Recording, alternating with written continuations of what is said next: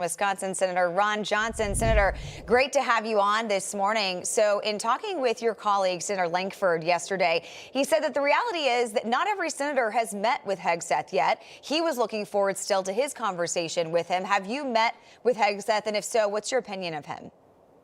Well, good morning. Well, I met with him in a group setting, and I am scheduled to meet with him later this afternoon. In the group setting, he laid forward a very convincing case in terms of what his priorities would be as Secretary of Defense, and it's return American military to a military that is focused on defending this nation, that is lethal, that is not concerned more about wokeness and DEI that affects our military readiness, but really focuses on what our military's mission should be, which is defending this country. Yeah, great point there. So if Trump decides to swap out Hegseth and put Ron DeSantis up for the job, it looks like DeSantis has support from some Democrats, too. Take a listen. I think, to be really transparent, I think he finally, I'd consider voting yes for him if he's possible, but I think he has to finally admit that he wears lifts in the boots throughout his whole campaign. Was it 3 inches? Was it 4 inches? I think he really should just come clear on that, and I could consider that. But I would think that he's a better choice than our current choice. I mean, he's the sitting governor, 2-term governor of one of the largest states in the nation. He's a veteran. All right, well, all jokes aside there, do you think that DeSantis would have a better chance of being confirmed over Hegseth, or is that just a talk for another day? I think it's a discussion for another day. Let's let Pete Hegseth meet with senators. I thought he wrote an excellent article in the Wall Street Journal laying out his positions. He's obviously one of the finest among us. He served in both Iraq and Afghanistan, obviously impacted by that, which I think he admits. So, again, senators need to meet with him.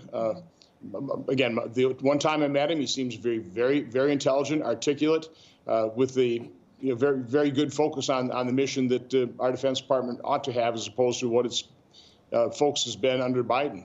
Are there any other cabinet nominees who you see as facing an uphill battle in this process? Again, I think most Republican senators really recognize and respect the fact that President Trump won a stunning victory, and that a president makes the nominations. He gets to decide who he wants serving in his administration. Our role is to advise and consent. And my guess, unless there's some glaring problem with a particular nominee, probably so glaring that President Biden or President Trump would probably ask that nominee to withdraw once he finds out about it. I think most of these nominees will definitely be confirmed. Yeah, I want to turn now to Biden's pardon of his son Hunter. According to Politico, there are other blanket pardons on the table. So Liz Cheney was mentioned. Dr. Anthony Fauci was also mentioned.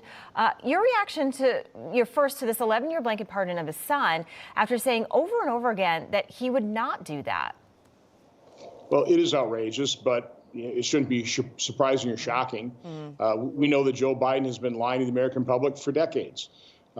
The media knew that Joe Biden and his family were corrupt. I mean, they're the ones that coined the term Biden Inc. So he lied about never talking to his son Hunter about his overseas business deals. I mean, that was an obvious lie. And then he lied bold-faced for months, saying he would never pardon Hunter. He so respects our system of justice, he would never interfere with it. I mean, that was a lie. My guess is they had the fix in with Kamala Harris, probably one of the deals he struck when he stepped aside for her candidacy, that she would he said he wouldn't pardon Hunter, but I'm sure Kamala Harris was committed to doing so. And then once they lost, he had nothing to lose in pardoning himself. So, yeah, it wouldn't surprise me if he, protects all kinds of people that have been corrupt during his administration. Information. Truth. Is freedom. Is Newsmax. It's real news for real people.